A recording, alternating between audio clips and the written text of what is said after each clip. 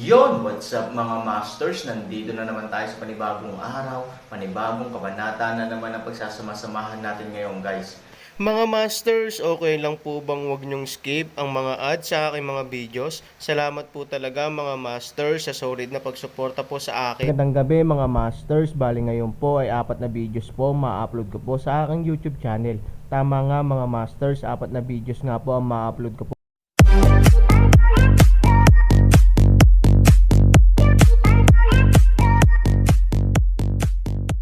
Bali mga masters, kung bago ka pa lang po sa aking YouTube channel, please click the subscribe button, lalong-lalo na po yung notification bell guys, para maging connected pa rin tayo sa isa't isa at maging updated kayo sa mga susunod ko pang video. Bali mga masters, bago natin umpisahan ng kwento ay mag-shoutout po muna tayo para sa mga solid nating tagapakinig. Shoutout kay Robert Tolentino at shoutout kay RB Tuya. Yun na nga mga masters, no? Bali hindi na ito patagalin. In 3, 2, 1... Let's go!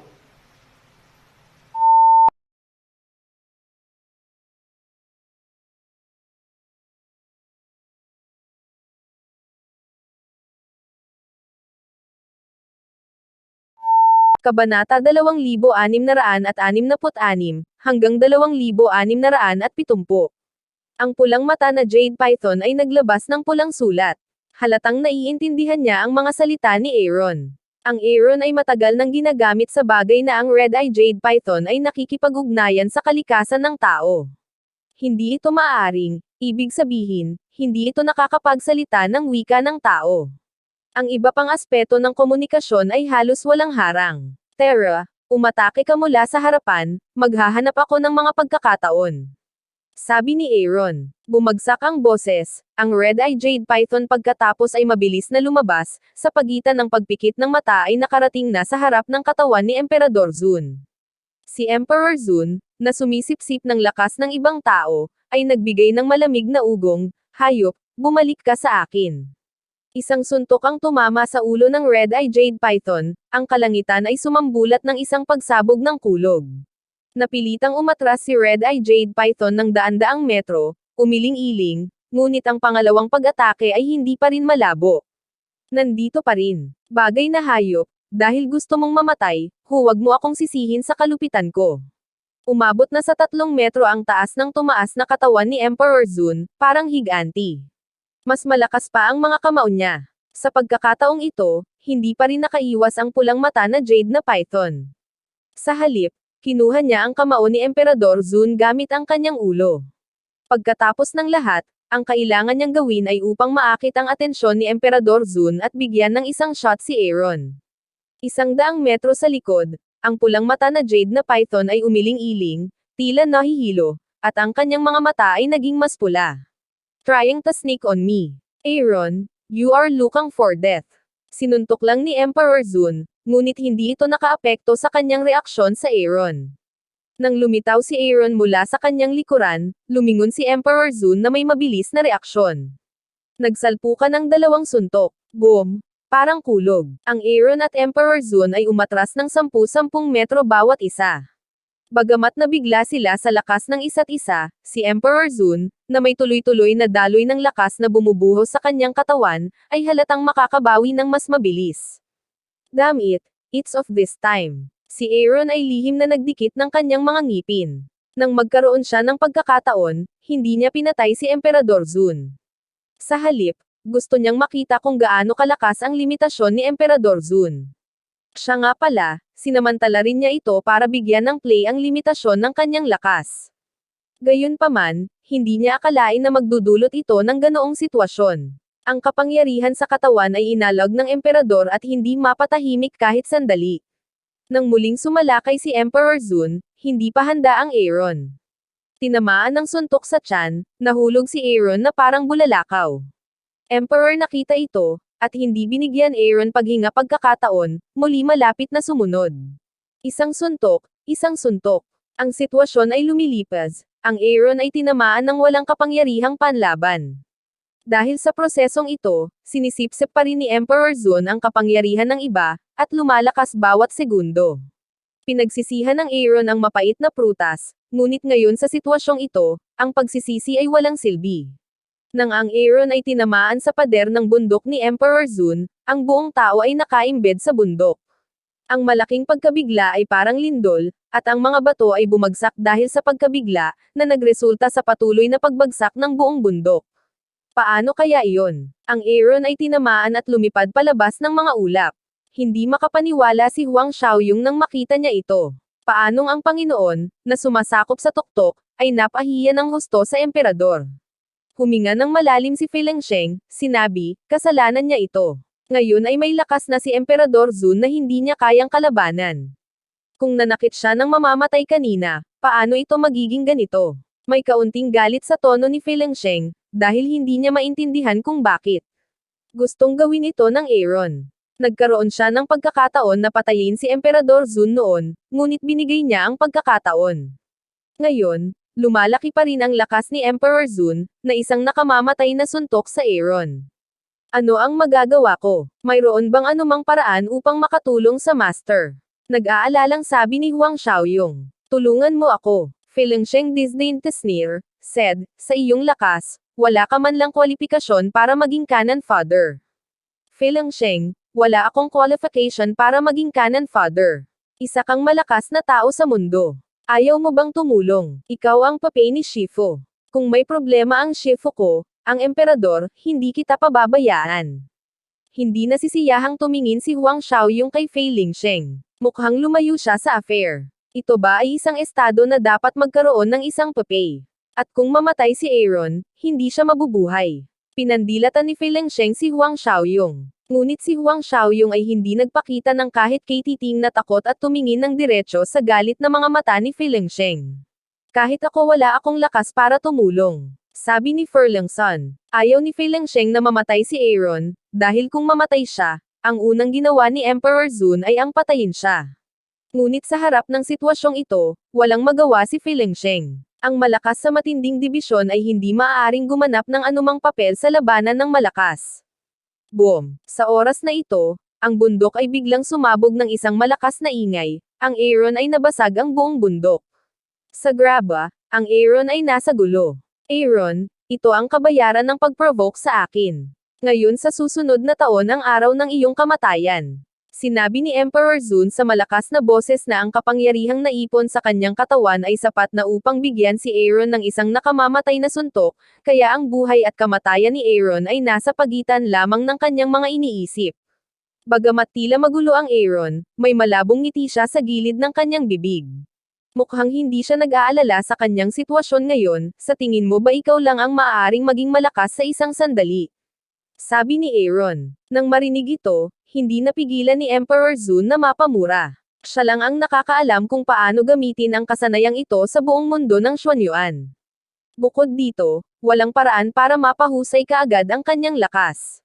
Kaya sa ang kanyang opinyon, Aaron ay nabluff lang, sa oras na ito, kung gusto mong maging matigas, ipapadala kita sa kalsada, sana ay maaari ka pa ring maging mayabang sa daan patungo sa Huangquan, bumagsak ang boses ni Emperor Zun handang lumaban.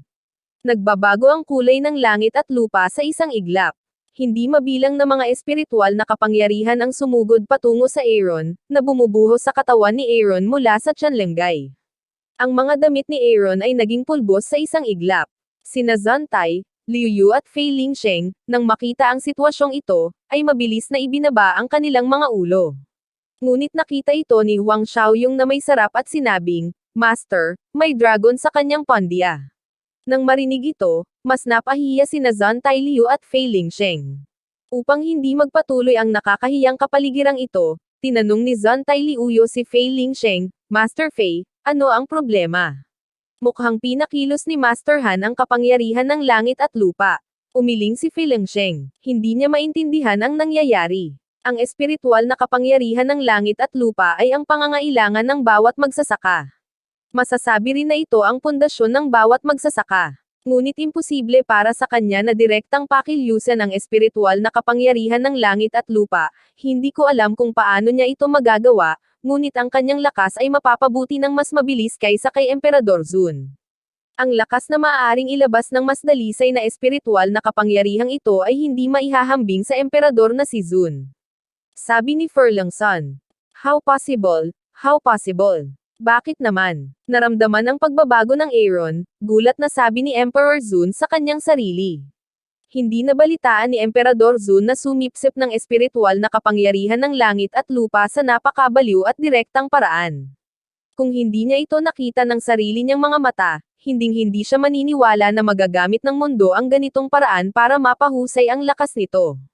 Ngunit nang ang mga katotohanan ay nasa harap niya, si Emperor Zun ay kailangang paniwalaan ang mga ito. At alam niyang hindi magiging kalaban ang Aaron kung pagbutihin niya ang kanyang lakas sa sobrang bilis. Ang kakayahan ng magkakasunod na mga emperador na manatili sa bulwagan ng Huanglong ay naging mahina o maging walang halaga sa harap ng paraan ng Aaron sa pagsipsip ng espiritual na kapangyarihan ng langit at lupa. Sino ka? Nakatadhana ba ang Diyos na hayaan akong mamatay sa iyong mga kamay? Puno ng pag-aatubili ang mukha ni Emperor Zun, ngunit sa harap ng sitwasyong ito, wala siyang magawa. Ang tanging bagay na makapagbibigay ng pagkakataon kay Emperador Zun na baligtarin ay ang samantalahin ng Aaron upang bigyan siya ng isang nakamamatay na suntok sa proseso ng pagsipsip ng espiritual na kapangyarihan. Kaya hindi na nag-atubili pa si Emperador Zun. Gusto niyang wakasan ang buhay ni Aaron. Hindi maganda. Nang biglang nawala si Emperor Zun, napabulala si Fei Lingsheng nang walang malay. Anong problema? Kinakabahang tanong ni Huang Xiaoyong. Mas lumalakas si Master. Paanong biglang sasabihin ni Fei Lingsheng na hindi siya magaling? May aksidente ba? Gusto ni Emperor Zun na magsimula sa proseso ng pagpapalakas ng iyong Master, na hindi magandang balita para sa Aaron. Sabi ni Furlongson. Si Huang Xiaoyong ay nagngangalit ang kanyang mga ngipin sa galit at sinabing, "Itong masamang lalaki, hindi ka ba nang ahas na makipagkompetensya sa aking Panginoon?" Walang choice si Fei Lingsheng kundi ngumiti. Ito ay isang kritikal na sandali. Paano magiging malasakit si Emperador Zun kung ang paraan ay masama? Sa pamamagitan lamang ng pagpatay kay Aaron, magkakaroon siya ng pagkakataong mabuhay. At kung magtagumpay siya sa pagpatay sa Aaron, sino ang maglalakas loob na sabihin na gumamit siya ng masamang paraan? Sa oras na ito, nakapikit pa rin ang mga mata ni Aaron, at tila hindi niya napagtanto ang intensyon ng emperador. Matako pagsipsip ng langit at lupa, tulad ng sa harap ng isang masarap na pagkain, hayaan Aaron lamang atubili na huminto. Bang! Biglang sumabog ang malakas na ingay mula sa hangin, hugis lingki, lumalabas ang mga patong ng alon. Si Emperor Zun, na nagkusa sa pag-atake, ay napilitang lumayo kaagad ng 100 metro, at ang kanyang bibig ay umaapaw sa dugo. Paano kaya iyon? Nagulat si Emperor Zun sa kanyang puso. Sinubukan niyang kunin ang buhay ni Aaron sa isang tahimik na estado. Gayunpaman, nang walang pagtutol, ang Aaron ay inalag pabalik ng kapangyarihan ng espiritu sa paligid niya. Bukod dito, ang kapangyarihan ng anti-shock force ay napakalakas kaya hindi siya makaatake, ngunit siya ay malubhang nasugatan. Sa ngayon, hindi pa rin nagbabago ang Aaron. Puno ng saya ang mukha niya. Ito ay isang makapangyarihang espiritual na kapangyarihan. Kahit na walang sinasadyang pagpapakilos, maaari pa rin itong pigilan si Emperador Zun. Mukhang masyado akong nag-iisip. Nakita ni Fei Lingsheng ang sitwasyong ito, sabi ng isang mukha na bulalas. Bagamat hindi lumaban si Aaron, ang kapangyarihan ng espiritu sa paligid niya ay nagkusa para protektahan siya. Bagamat hindi maipaliwanag ni Fei Lingsheng ang sitwasyong ito, alam niya na si Emperador Zun ay nawalan ng gana. Sa kasong ito, hindi niya masasaktan ang Aaron. Sa sandaling umatake pa rin ang Aaron, oras na para mamatay siya. Si Shifu ay Shifu. Hindi mahalaga kung hindi mo ito sinasadya. Sabi ni Huang Xiaoyong na may pagmamalaki na mukha. Hindi pinabulaanan ni Fei Lingsheng ang mga salita ni Huang Xiaoyong, dahil mayroon na siyang ipinagmamalaking kapital ngayon. Likas na sa kanya ang magkaroon ng ganoong makapangyarihang amo, gaano man siya kalaki. Maging si Fei Lingsheng ay may nararamdamang paghanga kay Huang Xiaoyong sa kanyang puso. Kung mayroon lang siyang amo, mukhang si Han Zhang ang pangunahing nasa posisyon ng Diyos. Congratulations! Sabi ni Zhang Tai na may ngiti sa labi. Tumanggo si Fei Lingsheng, gusto lang umayon sa ideyang ito, biglang nagbago ang mukha niya at tumingin siya sa direksyon ni Emperador Zun. Tapos na. Fei Lingsheng blurted out subconsciously. Anong problema? Nagulat ako. Ngayong kontrolado na ng aking amo ang digmaan, ano pa ang magagawa ko? Si Huang Xiaoyong ay hindi nasisiyahan sa tugon ni Fei Lingsheng. Ang sabi lang niya hindi maganda, tapos ngayon. Wala man lang siyang strong mentality.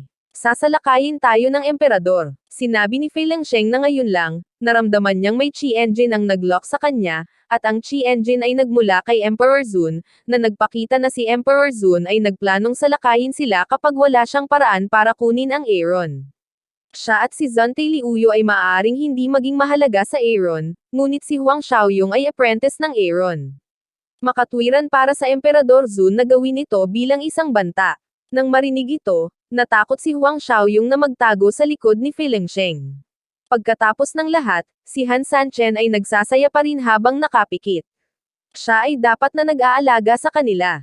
Kung sakaling gusto silang patayin ng emperador, gaya ng sinabi ni Fei Lengsheng, walang makakapigil dito. Hindi, ano ang silbi ng pagpatay sa amin, sabi ni Huang Xiaoyong. Ang mukha ni Fei Lengsheng ay marangal at hindi nagsalita, dahil si Emperador Zun ay nawala sa kanyang paningin, na dapat ay isang senyales ng pagkilos ni Emperador Zun. Anong ginagawa ng amo mo? Kung hindi niya idilat ang mga mata niya para makita ang sitwasyon natin, patay tayo. Si Fei Lengsheng Yuguang ay tumingin kay Aaron, nababalisa, dahil sa kanyang lakas, hindi pa banggitin para protektahan sina Huang Xiaoyong at Zhante Liuyo, wala man lang siyang kakayahang protektahan ang kanyang sarili. Ang Aaron sa ngayon ay hindi lamang tinatamasa ang espiritual na kapangyarihan ng langit at lupa na bumubuhos sa kanyang katawan. Hindi nagtagal, isang boses ang biglang lumitaw sa isip ni Aaron. Malalim, malalim at malakas ang boses. Sinabi niya sa Aaron na interesado siya sa Aaron. Hindi matukoy ni Han Sanchen ang pinagmulan ng tunog ngayon, ngunit ngayon ay naramdaman niya na ang may-ari ng tunog ay mula sa madilim na kagubatan. Minsan naisip ni Aaron ang eksena nang makilala niya si Linlong, ngunit hindi niya akalain na ang unang pakikipag-ugnayan kay Linlong ay magiging ganito. Higit pa rito, hindi inaasahan ni Aaron na masasabi ni Linlong ang kanyang sarili sa wika ng tao, bakit mo gustong sirain ang mundo ng Xuanyuan? Sumagot si Aaron gamit ang boses ng kanyang isip, ako ang Panginoon ng mundo ng Xuanyuan. Inalis ng mga tao ang aking teritoryo. Hindi ba dapat ko itong bawiin? Mahabang pag-echo ni Lin. Kumunat ang noo ni Han Sanchen. Hindi niya alam ang kasaysayan ng mundo ng Xuanyuan. Hindi niya alam kung ano ang nangyari sa pagitan ni Linlong at ng mga naunang tao. Gayunpaman, ito ay isang makapangyarihang sinaunang hayop. Siguro bago ang mga tao, ito ang namuno sa mundo ng Xuanyuan. Ngunit ang mundo ay nagbabago pagkatapos ng lahat. Ngayong umusbong na ang mataas na antas ng sibilisasyon, natural na mapapalitan ang dominanteng posisyon, hindi ba sapat ang madilim na kagubatan para sa iyo? Tanong ni Aaron, mukhang ipaglalaban mo rin ako. Tanong ni Linlong. Yun na nga mga masters, no? Bali panibagong kabanata na naman yung natapos natin ngayong gabi. Muli, maraming salamat po talaga sa walang sawang suporta po sa aking YouTube channel na talagang inaabangan nyo po ang bawat upload ko po. Bali mga masters, magkita-kita ulit po tayo bukas ng gabi at ngayon po ay magpapaalam po muna tayo. Bali mga masters, bye-bye!